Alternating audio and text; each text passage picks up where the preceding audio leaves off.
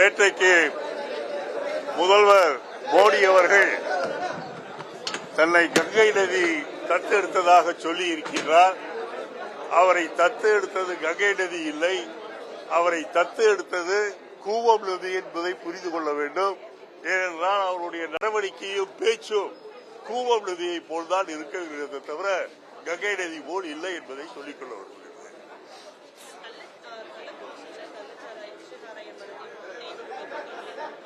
கள்ளச்சாராயம் குடித்து இறக்கின்றவர்களுடைய அந்த நிகழ்ச்சி இனிமேல் தமிழகத்திலே நடைபெறாமல் பார்த்துக் கொள்ள வேண்டும். போலீஸ் உயர் அதிகாரியும் கலெக்டரையும் அங்கிருந்து மாற்றப்பட்டிருப்பதற்கு கண்டிப்பாக நான் முதலமைச்சருக்கு பாராட்டுகின்றேன்.